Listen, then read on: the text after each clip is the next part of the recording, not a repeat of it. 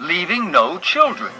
Finally, the woman died too. Now then, at the resurrection, whose wife will she be, since the 7 were married to her? Jesus replied, "The people of this age marry and are given in marriage. But those who are considered worthy of taking part in that age and in the resurrection from the dead will neither marry nor be given in marriage. And they can no longer die, for they are like the angels.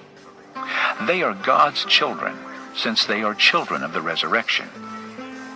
But in the account of the bush, even Moses showed that the dead rise, for he calls the Lord the God of Abraham and the God of Isaac and the God of Jacob.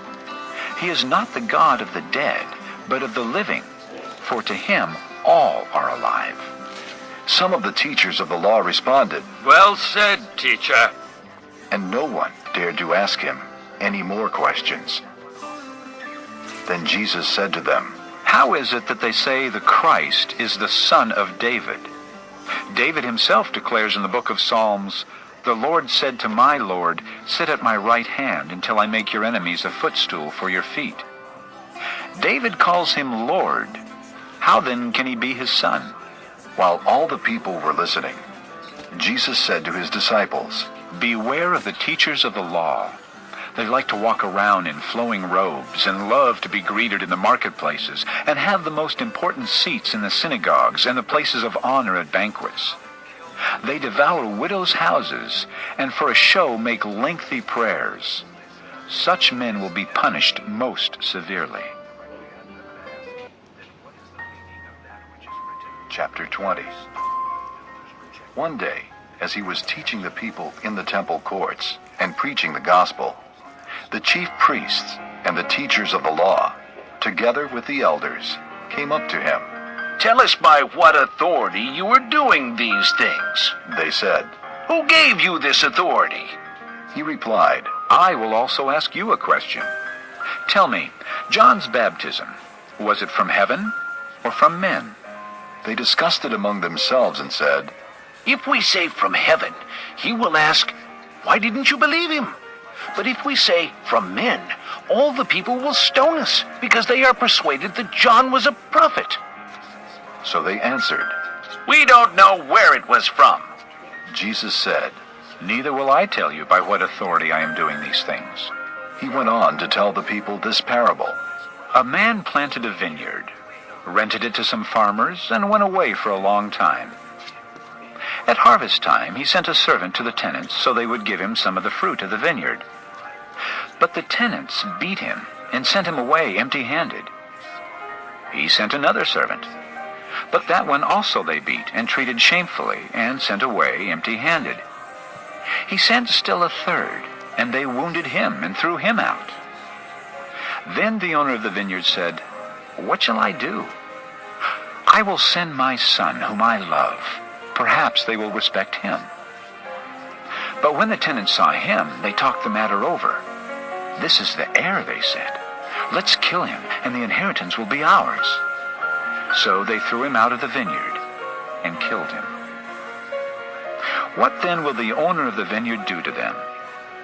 He will come and kill those tenants and give the vineyard to others. When the people heard this, they said, May this never be. Jesus looked directly at them and asked, "Then what is the meaning of that which is written, 'The stone the builders rejected has become the capstone'? Everyone who falls on that stone will be broken to pieces, but he on whom it falls will be crushed." The teachers of the law and the chief priests looked for a way to arrest him immediately, because they knew he had spoken this parable against them. But they were afraid of the people. Keeping a close watch on him, they sent spies who pretended to be honest. They hoped to catch Jesus in something he said, so that they might hand him over to the power and authority of the governor. So the spies questioned him.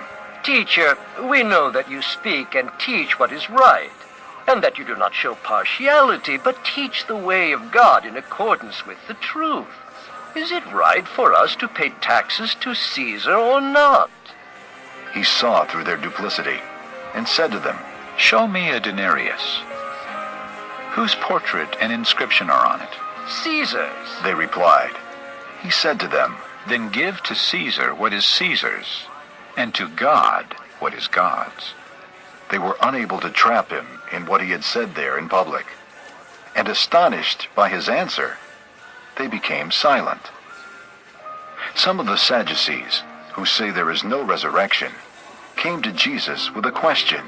Teacher, They said, Moses wrote for us that if a man's brother dies and leaves a wife but no children, the man must marry the widow and have children for his brother. Now, there were 7 brothers.